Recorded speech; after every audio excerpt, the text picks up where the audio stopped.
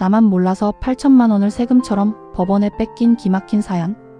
이건 결코 남일이 아니에요. 평생 피땀 흘려 모은 돈으로 상가를 낙찰받았습니다. 감정가 대비 저렴하게 샀으니 이제 건물주가 된다며 기뻐했죠. 그런데 딱 한 달 뒤 입찰 보증금이 전액 몰수당했습니다.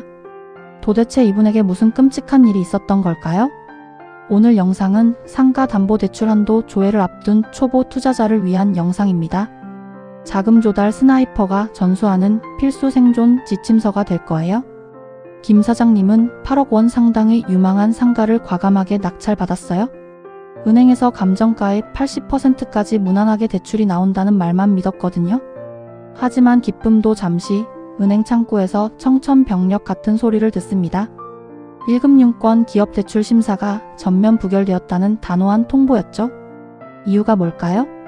바로 이전 임차인의 상가 폐업 신고 직권말소 문제 때문이었어요. 과거에 학원을 운영하던 전 임차인이 영업허가증을 둔 채 야반도주한 겁니다. 기존 영업허가증이 버젓이 살아있으니 신규 우량 임차인이 인허가를 받을 수 없어요. 임대차 계약이 안 맞춰지면 은행은 가차없이 대출 심사를 멈춰버립니다. 이른바 RTI, 즉 임대업 이자 상환 비율 요건을 충족하지 못한 거죠. 가계대출 규제를 피하기 위한 DSR 제외 사업자 대출이 완벽하게 차단된 겁니다. 법원이 매각허가 결정을 내린 후 주어지는 잔금 납부 기한은 단 30일이에요. 대출이 막혀 잔금을 못 내면 피 같은 입찰 보증금 8천만 원은 배당재단으로 영구 귀속됩니다. 이 끔찍한 연쇄부도 사태를 차단하기 위해 전국구 안심법무사가 즉각 투입됐어요. 가장 먼저 명도 소송을 통해 강제집행 조서와 확정 판결문을 신속하게 받아냈죠. 이 핵심 서류를 들고 관할 세무서와 구청으로 동시에 달려가 강력하게 압박했어요. 세무서의 사업자 등록 말소는 통상 3일에서 7일이면 빠르게 끝납니다. 하지만 구청 관할의 영업신고 직권 말소는 상황이 전혀 다릅니다. 행정절차법에 따른 공시송달과 청문 절차를 거치며 최장 2개월이 걸리거든요. 이 기나긴 행정 공백기를 버티기 위해 치밀한 플랜 B 여신을 가동했어요. 구청이 지루한 절차에 돌입하기 전 단전과 단수 내역을 선제적으로 확보했죠. 이 증빙 서류를 들이밀며 지자체에 빠르고 적극적인 직권 말소를 끈질기게 압박했습니다. 동시에 신용보증재단 특례보증을 신청하여 우회 자금을 긴급하게 수혈했어요. 1금융권 대출이 막히면 단기 고금리를 감수하더라도 2금융권으로 즉시 기수를 돌려야 해요. 결국 마감 하루 전 브릿지론으로 잔금을 납부하며 소유권을 방어해냈어요. 수천만 원의 보증금 몰수를 막아낸 아찔하고 드라마틱한 순간이었죠. 뼈 때리는 실무 요약 카드입니다. 첫째 세무서 말소는 7일, 구청 영업신고 직권 말소는 2개월 소요. 둘째 영업허가증 승계 실패 시 DSR 제외 사업자 대출 심사 100% 부결.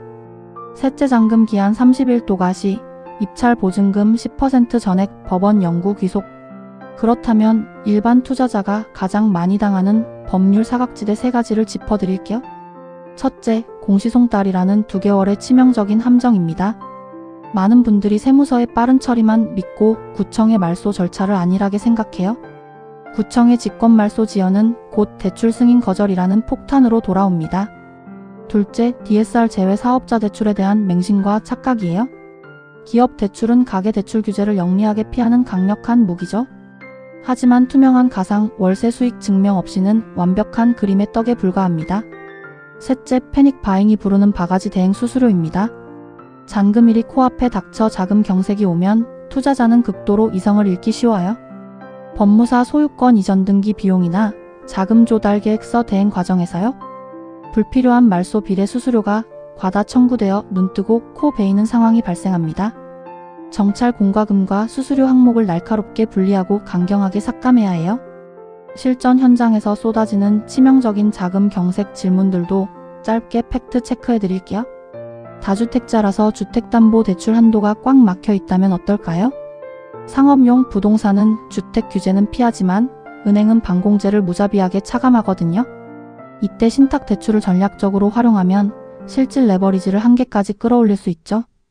또 최근 신용대출을 무리하게 받아 신용점수가 급락했다며? 기업 대출은 상가의 수익성을 우선하지만 차주 신용이 낮으면 1금융권은 당장 거절합니다. 그럴 땐 연 7% 이상의 고금리를 감수하더라도 이금융권으로 직행하세요. 일단 기한 내 잔금을 치르고 소유권부터 획득한 뒤 대환대출을 노리는 게 정답입니다. 이제 냉철한 경제법률 전문가의 시선으로 최종 제언을 내려드릴게요. 상업용 부동산 경매시장은 자비가 없는 냉혹한 전쟁터입니다. 국가기관과 은행의 시간은 결코 여러분의 자본 편에서 기다려주지 않아요. 사전 자금 설계 없는 어설픈 레버리지 투자는 자기 무덤을 파는 자의 행위나 다름없습니다. 낙찰 당일부터 다중 자금줄을 세팅하고 대환대출을 노리는 독종만이 살아남아요. 입찰 전 반드시 상가 담보대출 한도 조회를 정밀하게 마치셔야 합니다. 만약의 사태를 대비한 방어 예비 현금을 든든하게 비축해 두세요. 지금 당장 치밀한 플랜 B 자금망을 완벽하게 설계하는 것. 그것만이 냉혹한 경매 시장에서 내 통장을 지키는 유일한 행동 지침입니다. 오늘 영상이 여러분의 소중한 자산과 권리를 지키는 데 도움이 되셨나요? 오늘 다룬 지원금의 모의 계산기, 상세 신청, 플로우 차트, 서류 양식은 설명란의 안심이코노미 블로그 링크에 완벽하게 총정리해 두었습니다. 지금 바로 클릭해서 혜택을 챙기세요. 명도 거부나 대출 방어와 관련된 전문 상담이 당장 필요하시다며? 언제든 전국구 안심법무사를 찾아주시길 바랍니다. 구독과 좋아요를 누르시면 돈이 되는 강력한 실전 경제 지식을 배달해 드릴게요. 지금까지 안심이코노미였습니다.